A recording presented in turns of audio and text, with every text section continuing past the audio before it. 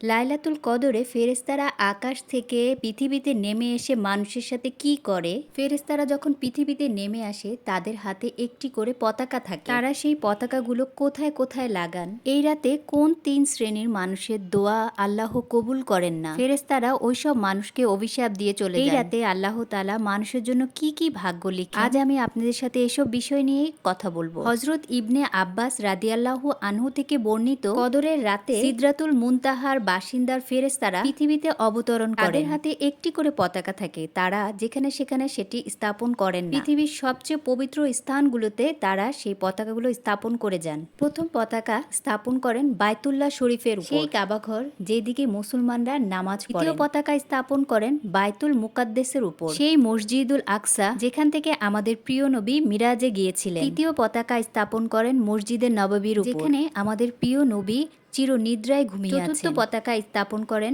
Sinai পর্বতের উপর। এখানে আল্লাহ তাআলা হযরত মুসা আলাইহিস সালামের সাথে কথা বলেছিলেন। এই পবিত্র 4টি স্থানের উপরে নূরের পতাকা উঠছে। একটু চিন্তা করে দেখুন কত সুন্দর দৃশ্য।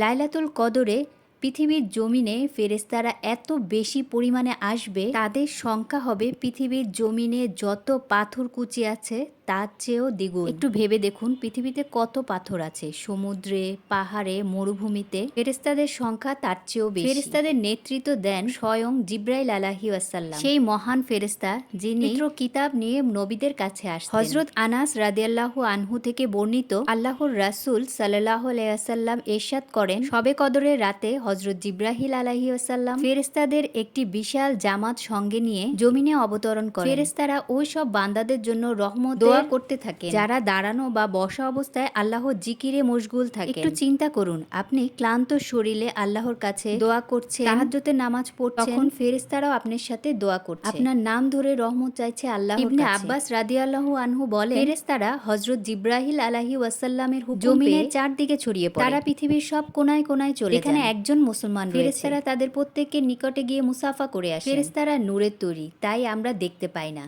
তারা এসে মুসলমানদের সাথে হাত মিলিয়ে যায়। যেমন মৃত্যুর সময় মালাকুল মউত সংক্রান্ত ফেরেশতারাও আসেন, তারা কথাবার্তা বলেন, কিন্তু আমরা তাদের দেখতে পাই না। কিন্তু আল্লাহ তাআলার বিশেষ বান্দারা তাদের উপস্থিতি অনুভব করতে পারে। 3 ধরনের মানুষ আছে যাদের কাছে ফেরেশতা যান কিন্তু দোয়া করেন না, বরং তাদের অভিশাপ দিয়ে চলে আসেন। প্রথম, যারা মাদকাসক্ত, মদ, গাঁজা বা যে কোনো নেশা জাতীয় দ্রব্য তারা খেয়ে থাকে। দ্বিতীয়, যারা শূকরের মাংস খায়, হারাম খাদ্য যারা গ্রহণ করে। তৃতীয়, যারা জাফরান ব্যবহার করে, যারা নারীদের মতো সুগন্ধি ব্যবহার করে। এই 3 ধরনের মানুষের কাছ থেকে ফেরেশতারা মুখ ফিরিয়ে নেন। এই রাতে আল্লাহ তাআলা মানুষের ভাগ্যে কি লিখে দেন? আগামী 1 বছর আপনার ভাগ্যে কি হবে? আল্লাহ তাআলা সূরা তুখামে 3 থেকে 4 আয়াতে বলেন, আমি এই রাতে কোরআনকে নাজিল করেছি এবং এই রাতেই সব বিষয়ে সিদ্ধান্ত নিয়েছি। ইবনে আব্বাস রাদিয়াল্লাহু আনহু একটি আয়াতের ব্যাখ্যায় বলেন, কদরের রাত্রেই সৃষ্টি সম্পূর্ণ এক ফয়সালা সম্পূর্ণ করা হয়, পরবর্তী কদর পর্যন্ত চলতে থাকবে। কি কি নির্ধারিত হয়, এই বছরে কারা জন্মগ্রহণ করবে, মৃত্যুবরণ করবে এবং কাকে কি পরিমাণ রিজিক দেওয়া হবে, এই সবগুলো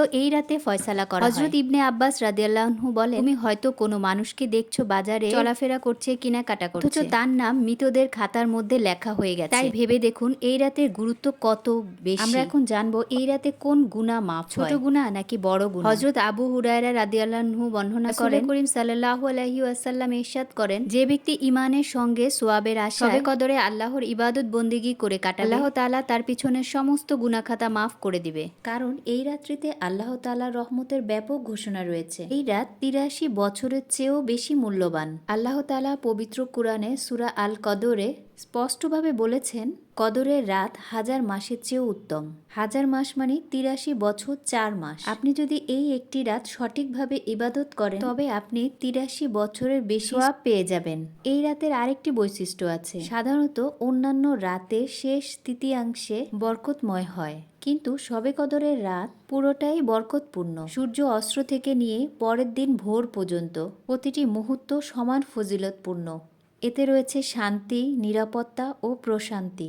মুমিনদের জন্য মঙ্গলপূর্ণ ও স্বস্তিদায়ক সবকিছুই এই রাত্রে ঘটে থাকে। কিন্তু এই রাতটি কবে?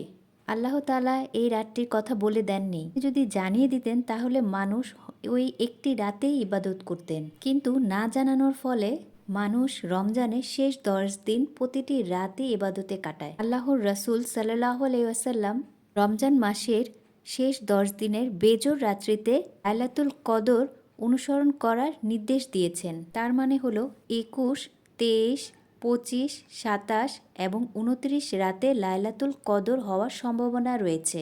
এখন বলছি এই রাতে কি কি আমল করবেন। নামাজ পড়ুন, তাহাজ্জুদ, নফল সালাত যত বেশি সম্ভব পড়ে নিন। কোরআন তেলাওয়াত করুন, এই রাতে কোরআন নাজিল হয়েছিল, তাই কোরআন পড়ার ফজিলত অনেক বেশি। 3. বেশি বেশি জিকির করুন, সুবহানাল্লাহ, আলহামদুলিল্লাহ, লা ইলাহা ইল্লাল্লাহু আল্লাহু আকবার। 4. দুরূদ শরীফ পড়ুন। 5. দোয়া করুন, নিজের জন্য, পরিবারের জন্য, সমস্ত মুসলিম জাতিদের জন্য। 6. সবচেয়ে গুরুত্বপূর্ণ, তওবা ও ইস্তেগফার করুন। আমরা যদি এই রাতে ঘুমিয়ে থাকি বা মোবাইল টিপতে থাকি, তাহলে লক্ষ কোটি ফেরেশতারা পৃথিবীতে নামবে। জিবরাইল আলাইহি ওয়াসাল্লাম নেতৃত্ব দিচ্ছেন, সব ফেরেশতারা ঘরে ঘরে যাচ্ছেন। আপনার পাশের ঘরের মানুষ হয়তো ইবাদতে মশগুল, ফেরেশতারা তার জন্য দোয়া করছেন, তার হাতে হাত মিলাচ্ছেন, আর আপনি ঘুমিয়ে আছেন।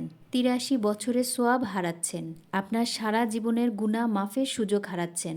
তাই আসুন এই রাতগুলোতে আমরা আল্লাহর ইবাদত করি, আল্লাহর সন্তুষ্টি অর্জনের জন্য চেষ্টা করি। আল্লাহ যেন আমাদের সকলকে লাইলাতুল কদর পাওয়ার এবং ওই রাতে ইবাদত করার তৌফিক দান করুন। আমিন।